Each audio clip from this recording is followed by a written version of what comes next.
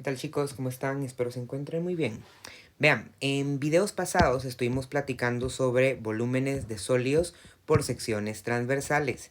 Y ahora lo que me gustaría es que hagamos un mini resumen de esta situación para que podamos entender cuáles son los casos a los que nos vamos a enfrentar cuando vemos sólidos por secciones transversales. Ya les había mostrado yo esta imagen, miren, en la cual podíamos ver sólidos por secciones transversales, solo que en este caso vamos a ver que los dos tipos de sólidos que vamos a tener van a depender de si la sección transversal es perpendicular al eje X o perpendicular al eje Y. Y esos son precisamente los dos grandes casos. Entonces se lo resumo acá, fíjense. El resumen de los sólidos por secciones transversales es la siguiente, fíjense. Vamos aquí, resumen, así súper rápido. Fíjense, cuando la sección transversal es... Tomemos en cuenta que en un sólido por secciones transversales conocidas, la base siempre es plana, eso es importante, ¿no? Entonces aquí la clasificación de los casos no me lo da el tipo de base, quiero aclarar eso, sino me lo da cómo son las secciones transversales con respecto a la base.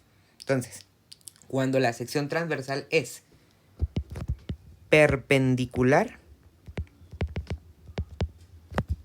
al eje X, ¿sí? O cuando es perpendicular al eje Y. Esos son los casos, miren. Si es perpendicular al eje X es un caso, si es perpendicular al eje Y es otro caso. Aquí acá lo vemos, miren. En la primera tenemos perpendicular al eje X, que se refiere a esta. Y en la otra tenemos perpendicular al eje Y, que se refiere a esta. ¿Sí? ¿Qué es lo que es perpendicular? La sección transversal. Eso es lo que estamos analizando nosotros.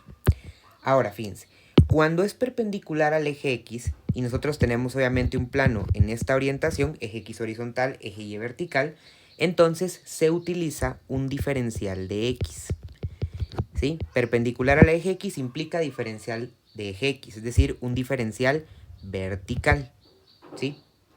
Y eso hace que la fórmula del modelo matemático ya preexistente, que no nos tenemos que inventar, sino solamente plantear, construir, es el volumen es igual a la integral desde A hasta B, que son límites sobre X, de A de X de X, que fue justamente el modelo que utilizamos en este ejemplo, porque justamente las secciones transversales eran perpendiculares al eje X. Ahora bien, cuando es perpendicular al eje Y, como podrán estarse imaginando, se utiliza un dy. El diferencial se dibuja en forma horizontal, ¿sí?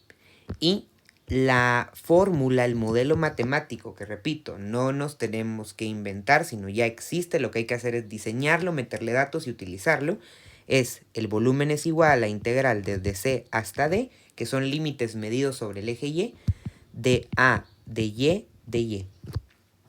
Y así miren, ese sería el mini resumen. Ahora, importante tomen en cuenta que hay un sinónimo para perpendicular al eje X que es paralelo al eje Y. Si es paralelo al eje Y, es lo mismo que perpendicular al eje X.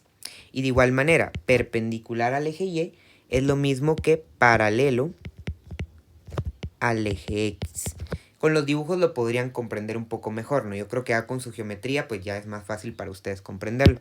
Los libros suelen justamente presentar esta información de esta manera y les muestro un pequeño ejemplo por si les es útil también verlo, no solo por escrito, sino también ya verlo como en un esquema un poco más impreso, llamémosle así, ¿no?